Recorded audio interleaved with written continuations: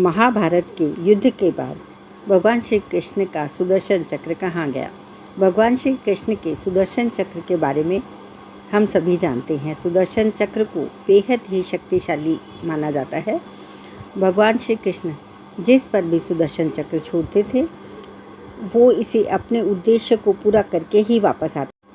सुदर्शन चक्र एक ऐसा शक्तिशाली अस्त्र, अचूक अस्त्र था कि जिसको छोड़ने पर वह अपना लक्ष्य का पीछा करता था और पूरा काम तमाम करके वापस छोड़े हुए स्थान पर आ जाता था। चक्र को विष्णु की तर्जनी उंगली में घूमते हुए देखा जाता है, लेकिन सुदर्शन चक्र भगवान श्री कृष्ण का सबसे शक्तिशाली शस्त्र था।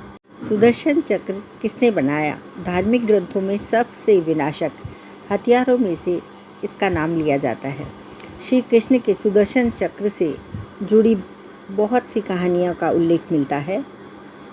कहते हैं श्री कृष्ण से पहले सुदर्शन चक्र भगवान श्री विष्णु के पास था, लेकिन बाद में वह श्री कृष्ण के पास आ गया। श्री कृष्ण विष्णु के 8वें अवतार माने जाते हैं। भगवान विष्णु के पास से सुदर्शन चक्र श्री कृष्ण के पास पहुंचा था। सुदर्शन चक्र के बारे में भागवत पुराण में वर्णन मिलता है कि किसी भी चीज़ को खोजने के लिए वह सक्षम था। साथ ही इसे सर्वाधिक विध्वंसक अस्त्रों में से एक माना जाता है।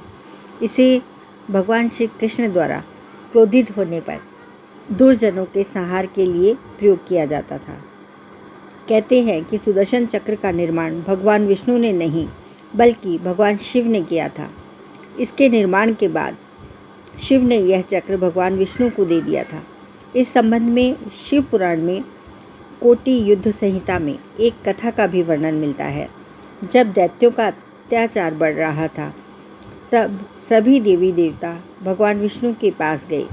फिर भगवान विष्णु ने कैलाश पर्वत पर जाकर भगवान शिव की विधिवत आराधना की।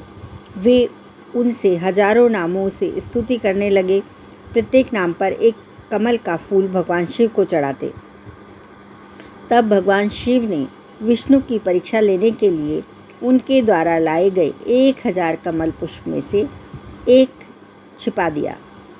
एक फूल कम पाकर भगवान विष्णु उसे ढूंढने लगे, लेकिन वह फूल नहीं मिला। तब विष्णु ने उस फूल की पूर्ति के लिए अपनी एक आँख निकालकर शिव को अर्पित कर दी। विष्णु की भक्ति देखकर भगवान शिव बेहद प्रसन्न हुए और उनसे वरदान मांगने को कहा। तब विष्णु ने दैत्यों को समाप्त करने के लिए एक अजेय शस्त्र का वरदान मांगा।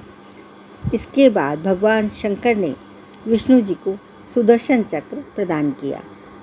महाभारत के बाद सुदर्शन चक्र कहाँ गया? हम जानते हैं महाभारत के युद्ध में भगवान श्री कृष्ण ने शस्त्र नहीं उठाए थे, लेकिन क्यों नहीं उठाए थे? अगर उन्होंने शस्त्र उठा लिया तो उनके सामने कोई नहीं टिक पाएगा, सभी मारे जाएंगे। कृष्ण चाहते थे कि दोनों पक्षों को बराबर का मौका मिलना चाहिए, इसीलिए भगवान श्री कृष्ण ने अस्त्र नहीं उठाए थे। परंतु कृष्ण के पास ऐसी कौन सी शक्ति थी जिससे वो एक पल में ही युद्ध की समाप्ति कर सकते थे? वो था भगवान श्री कृष्ण का सुदर्शन चक्र। कहते हैं कि सुदर्शन चक्र एक ऐसा अचूक शस्त्र था कि जिसको छोड़ने के बाद यह लक्ष्य का पीछा करता था और उसका काम तमाम करके ही वापस अपनी जगह पर आ जाता था। सुदर्शन चक्र शत्रु पर चलाया नहीं जाता, यह प्रहार करने वाले की इच्छा शक्ति से भेजा जाता था। यह चक्र किसी भी चीज़ को खत्म करने की क्षमता रखता था।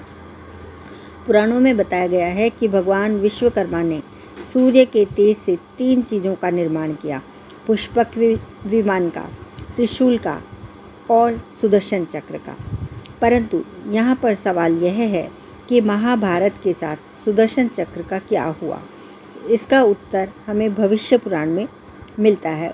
भविष्य पुराण में लिखा गया है कि जब भगवान कृष्ण ने देह त्याग किया तब सुदर्शन चक्र वहीं उसी जगह पे मिट्टी में दफन हो गया। और इस कलयुग में जब भगवान विष्णु फिर से कल्कि रूप धारण करके वापस इस पृथ्वी पर आएंगे तब वह एक बार पुनः सुदर्शन चक्र धारण करेंगे।